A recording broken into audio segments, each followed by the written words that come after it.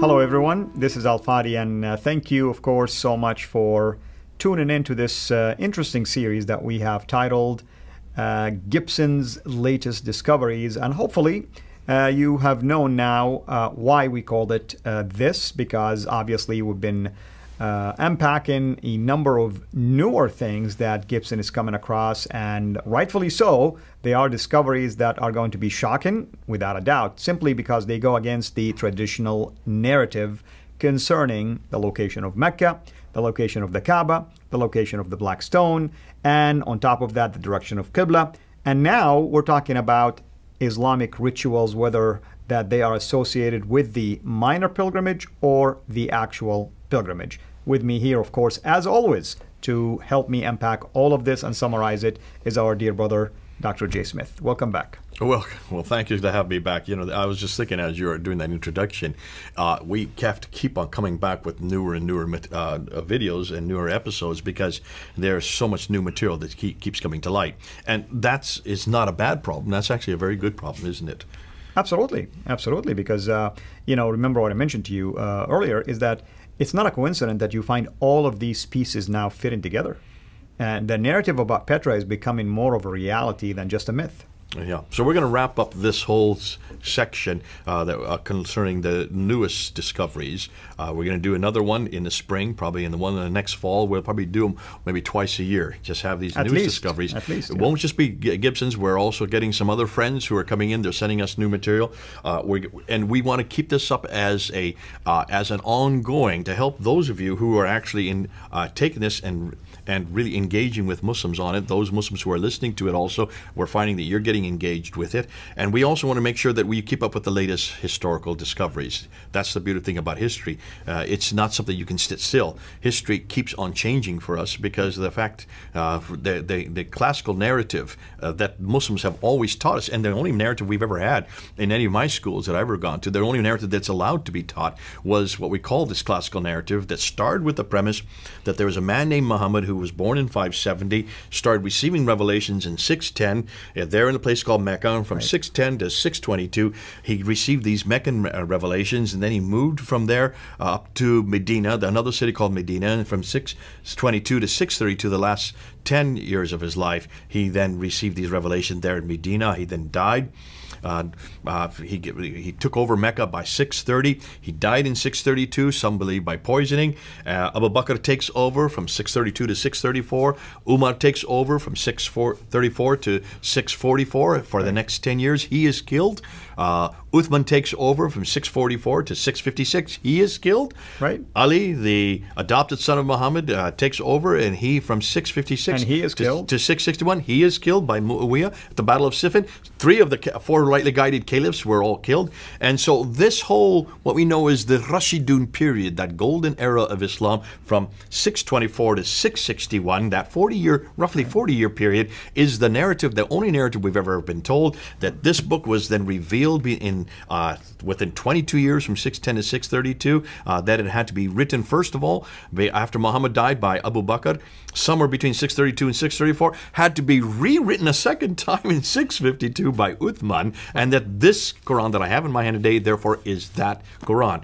So all of this is the classical narrative, which we're now questioning because of historical evidence.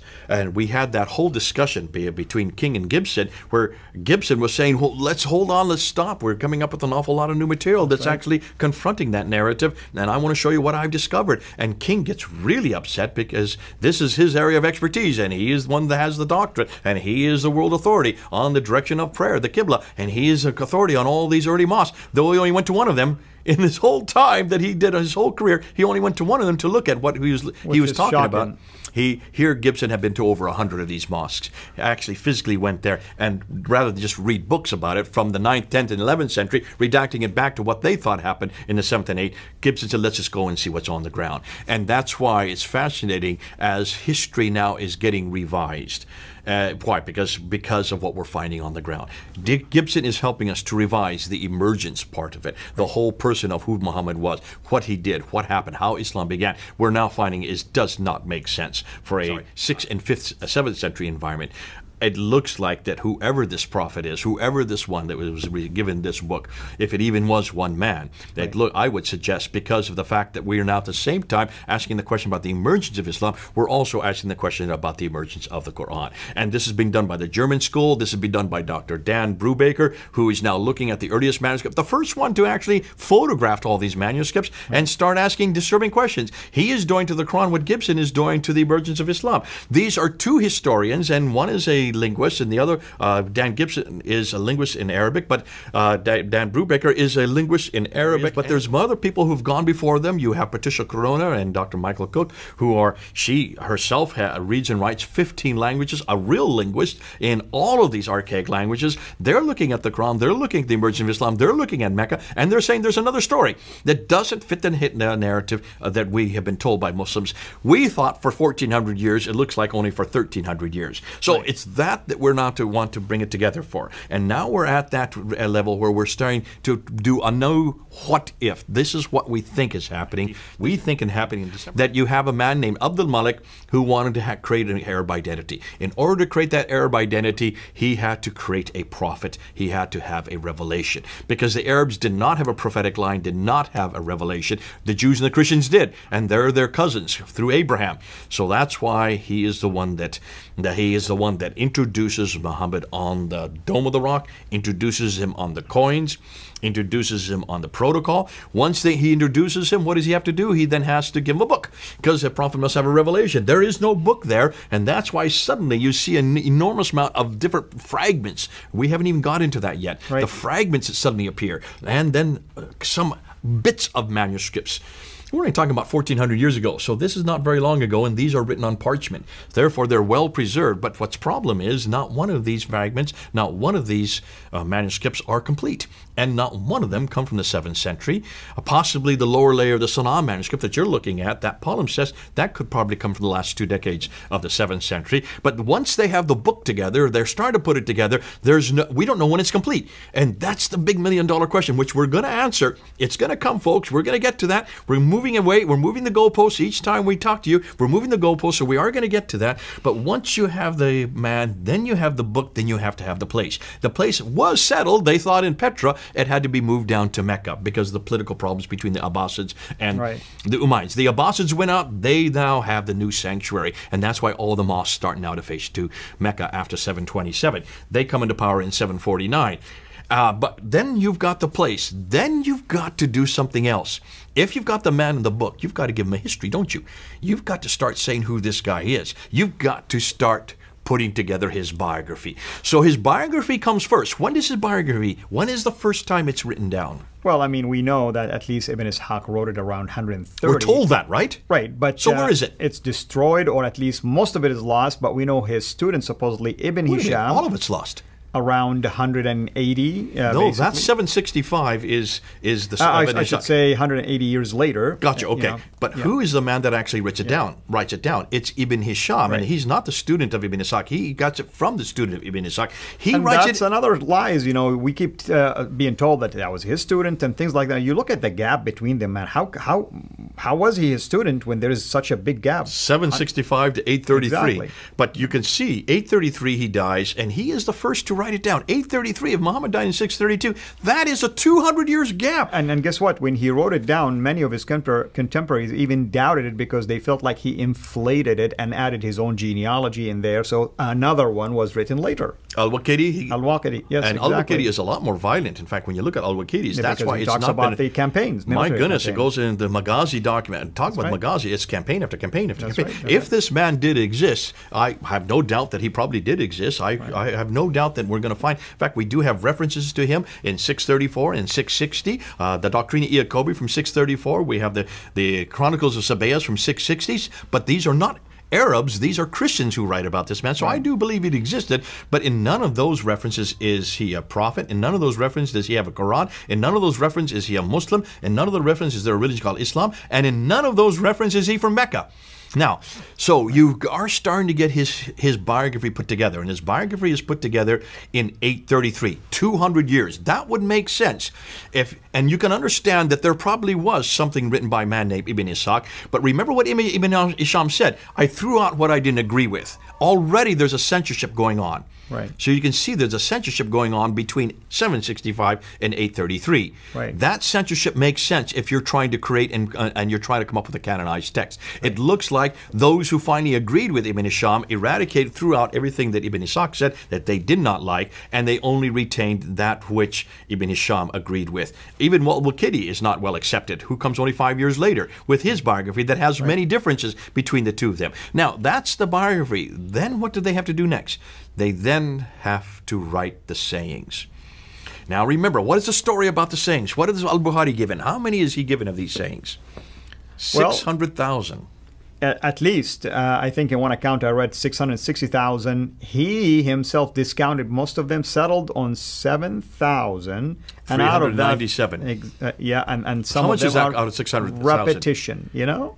Well, when you get to repetition, it's only 1,450. But when you look at 7,397, that's just 2%. Exactly. Of the 600. He threw out 98%. And he said because they were fabricated. I mean, he admitted.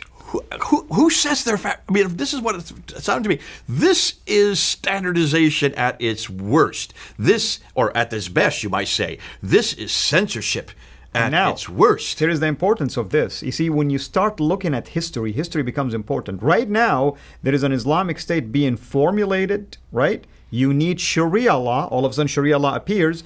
But you need to justify your rulings. And who's better than to claim Muhammad said this? Muhammad did this. And that's where you get the fabrication, basically. Even that. Let's look at that. Yeah. Remember, you have what, before every one of the akhbaris, you have what they call an isnad, a list of names from which every tradition gives its authority from. These lists of names actually... A chain of narrations. Chain of narrations. So-and-so got it from so-and-so, who got it from so-and-so, who got it from so-and-so. We have in 820 a man named Shafi, who is the one who is the responsible for the Shafi laws of fiqh. Shafi'i, yeah. You say it better than I do. Now, Shafi is the one that actually designates in 820. Look at the date, 820. So this is right before Ibn Hisham writes his material on the biography. He says, in order for you to have a true isnad, for it to be authoritative, it must go all the way back to the companion of the Prophet. Right. But that was only decided in 820. And suddenly, according to Patricia Corona, when she writes about this, she says, and so does Cook write about this, she says what's fascinating is anything prior to 820 had all kinds of names. That suddenly from 820, the list completely changed. Right. How suddenly can someone in the early 9th century know what the list of names is all the way back to the companion of the Prophet? And how is it that all these lists suddenly include a companion of the Prophet? And most importantly, how can they preserve all of this in memory for 200 years? And they still come back and claim that, no, they were companions who actually were reporting hadith. But okay, why didn't you collect them if they were that important? Absolutely. How could you know for 200 years? And why is it suddenly the list of names change in the 9th century of all this list to make them authoritative? Because they had to say who was in the list, who were authoritative. Now, this is done in 820. Then by that time, you then get to the sayings coming in 870. Once the sayings come in 870, then you've got to understand the Quran. And that's why the tafsir only begins to appear in 923. That's the 10th century. So you've got now you've got the man, you've got the book, you've got the place, you've got the history, you've got the biography, and now you've got the sayings. By 923, the 10th century, you finally have the Islam that we now know today. Absolutely. But that's 300 years too late. And folks, we are giving you a zoom into that new discoveries, this groundbreaking history, these facts that contradicts the traditional narrative. I hope you've enjoyed it. I hope you find it very helpful. I know some of you commented and said that this has been a must-needed information and a must-read, basically, or watch videos. So we hope that you will spread the word around. Our hope is that our Muslim friends, and I'm hoping that some of you are watching, will take the time to explore and investigate. That's what we ask you to do. Don't take our words for it. Go and investigate for yourself. By the way, Petra still exists till this day. Go and buy the books that Dan Gibson wrote. Go and explore some of the academic articles that are being written and decide for yourself. Thank you again for watching. Until we meet again, have a blessed day. Thank you for watching. Please like our video, and we encourage you to subscribe to our YouTube channel, Sira International. And be sure also to click the bell so that you receive notifications whenever we upload new videos into the channel. And finally, I like to prayerfully encourage you to become a patron through Patreon. Your giving is much needed and will enable us to produce more and more of videos like this so that we can publish them on a weekly basis. So thank you in advance.